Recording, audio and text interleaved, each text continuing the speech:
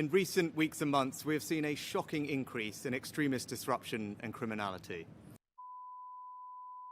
If you take a hard, honest look at our country, we have towns and cities around the United Kingdom where multiculturalism has failed, where communities are living parallel lives, where people come here and they don't speak the language, where they come here and they don't want to take part in British life, they don't want to integrate. And in fact, they actively loathe what Britain stands for. And they are in Britain, but not of Britain. What started as protests on our street has descended into intimidation, threats, and planned acts of violence. The comments she made earlier this week, and I don't actually believe that these Islamists have got control of our country, but what I do believe is they've got control of Khan and they've got control of London. And again, this stems with Khan. He's actually given our capital city away to his mates. We've got Starmer. Beware, because if you let Labour in through the back door, expect more of this and expect our cities to be taken over by these lunatics. Immigrants who have come here have integrated and contributed.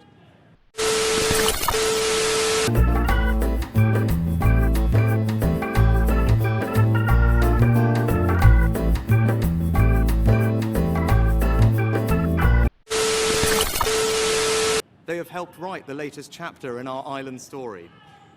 They have done this without being required to give up their identity. You can be a practicing Hindu and a proud Briton as I am, or a devout Muslim and a patriotic citizen as so many are.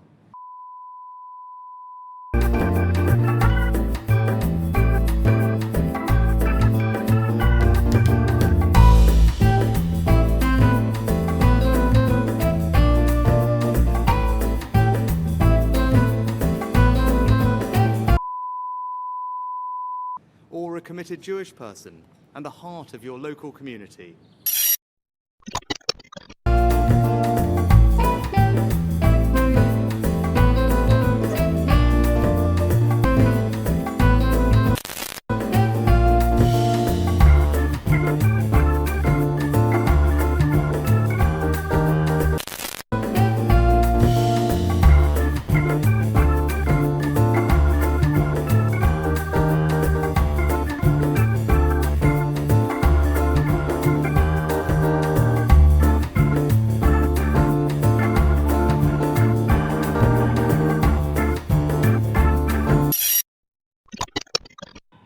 We are a country where we love our neighbours.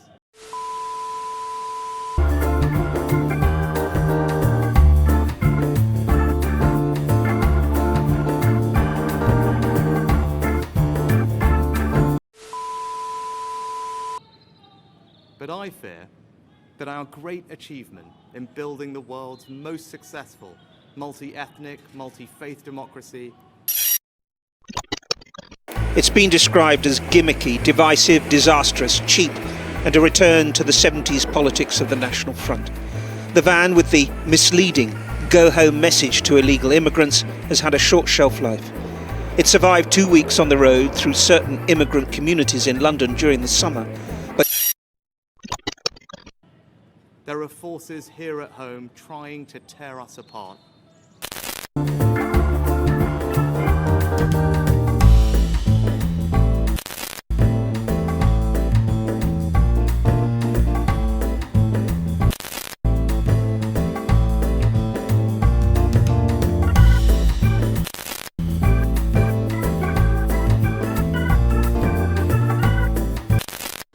Since October the 7th, there have been those trying to take advantage of the very human angst that we all feel about the terrible suffering that war brings to the innocent, to women and children, to advance a divisive, hateful ideological agenda.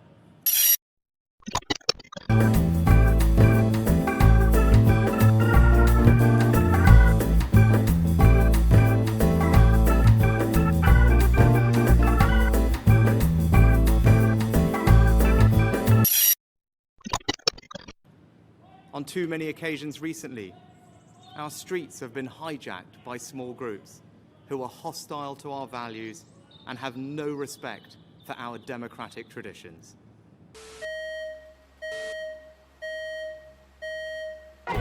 In the shadow of cliffs that in World War II were the last glimpse of home for pilots leaving to take on Nazi Germany, among the crowd, one woman wears a t-shirt emblazoned with a swastika. There's a clear and visceral backlash to the summer's Black Lives Matter demonstrations too. Bend the knee! Bend the knee, go on! There's a black man over there, bend the knee! Nearly everyone in Britain supports these basic values, but there are small and vocal hostile groups who do not.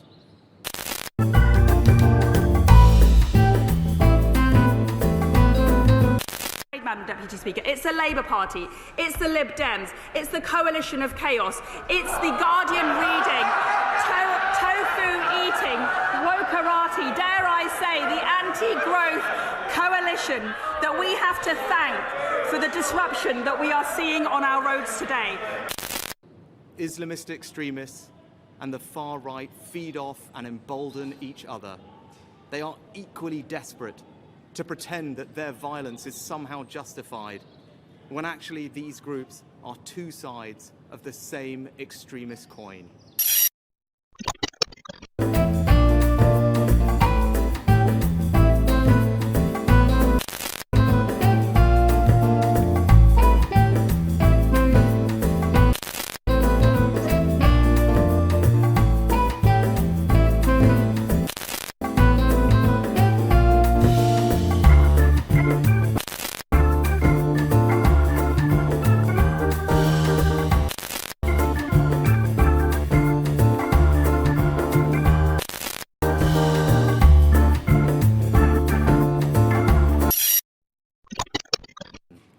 When these groups claim that Britain is and has been on the wrong side of history, we should reject it and reject it again. And when I went into pubs in Ashfield at the weekend, Friday, Saturday, Sunday, which I did, I got a round of applause when I went in. And these are normal working class people. And when these groups tell our children that they cannot and will not succeed because of who they are, when they tell children that the system is rigged against them or that Britain is a racist country, this is not only a lie, but a cynical attempt to crush young dreams and turn impressionistic minds against their own society.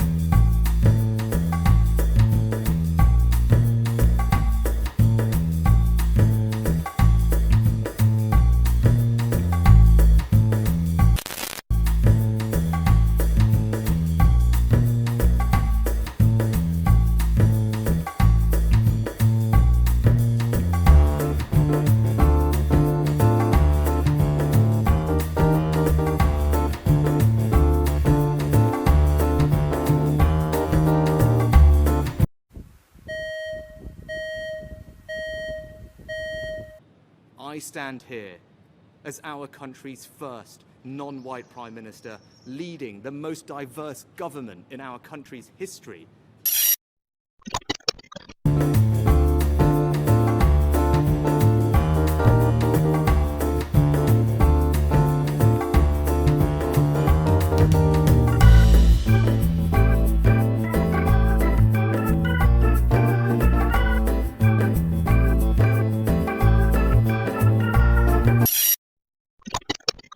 To tell people of all races, all faiths and all backgrounds, it is not the colour of your skin, the God you believe in, or where you were born that will determine your success, but just your own hard work and endeavour.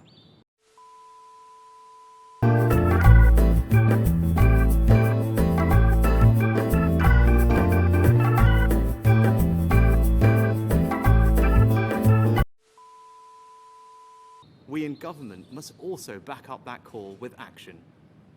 To that end, this month the government will implement a new, robust framework for how it deals with this issue, to ensure that we are dealing with the root causes of this problem, and that no extremist organisations or individuals are being lent legitimacy by their actions and interactions with central government. You cannot be part of our civic life if your agenda is to tear it down. But the reality is, with that level of antagonism, I simply was not able to implement those policies, which I believe, and Conservative Party members believe, would have delivered for our country. And frankly, I didn't have enough support from Conservative MPs as well in order to be able to do that. So this is the lesson that I have learnt. I've learnt that it's not enough just to have the right policies. It's not even enough to get the position of power that you need to deliver those policies, because Conservatives are now operating in what is a hostile environment. And we essentially need a bigger bazooka. And I want to speak directly to those who choose to continue to protest. Don't let the extremists hijack your marches. You have a chance in the coming weeks to show that you can protest decently, peacefully, and with empathy for your fellow citizens. Let us prove these extremists wrong and show them that even when we disagree, we will never be disunited from our common values of decency and respect. To my mind, there's only one way to describe those marches. They are hate marches. The organisers say they're deeply disappointed by what they describe as the appalling and loutish behaviour, which they say showed great disrespect to the service. The former leader of the English Defence League, Tommy Robinson, filmed himself walking towards the cenotaph just before the armistice service. And there's groups coming from every area and angle. Afterwards, he got into a taxi and drove away. Some of those he was with later clashed with riot police in Chinatown. Ironically, it was the pro-Palestinian protesters who the police had banned from Whitehall to try to avoid disruption. Hundreds of thousands of people took part in the march calling for a ceasefire in Gaza. It was held well away from Whitehall and deliberately timed to start after the armistice service. One of the organisers blamed rhetoric from the Home Secretary for encouraging the far right to try to disrupt proceedings. I love this country. My family and I owe it so much.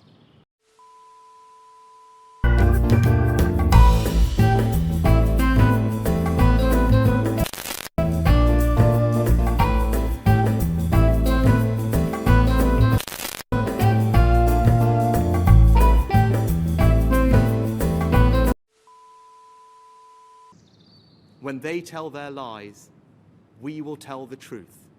When they try and sap our confidence, we will redouble our efforts. And when they try and make us doubt each other, we will dig deeper. The main headline, of course, is that the report has been released and it finds that Boris Johnson deliberately misled Commons. The Privileges Committee has concluded that Boris Johnson deliberately misled the House of Commons, committing a serious contempt.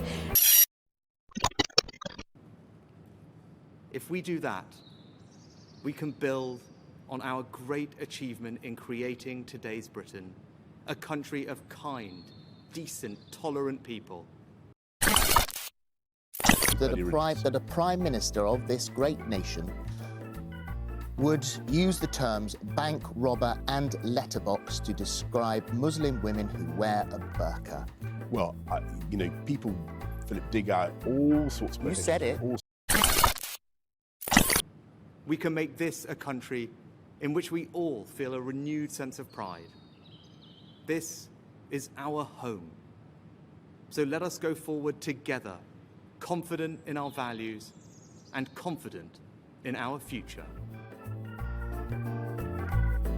And we essentially need a bigger bazooka, bazooka, bazooka, bazooka, bazooka, bazooka, bazooka, bazooka, bazooka.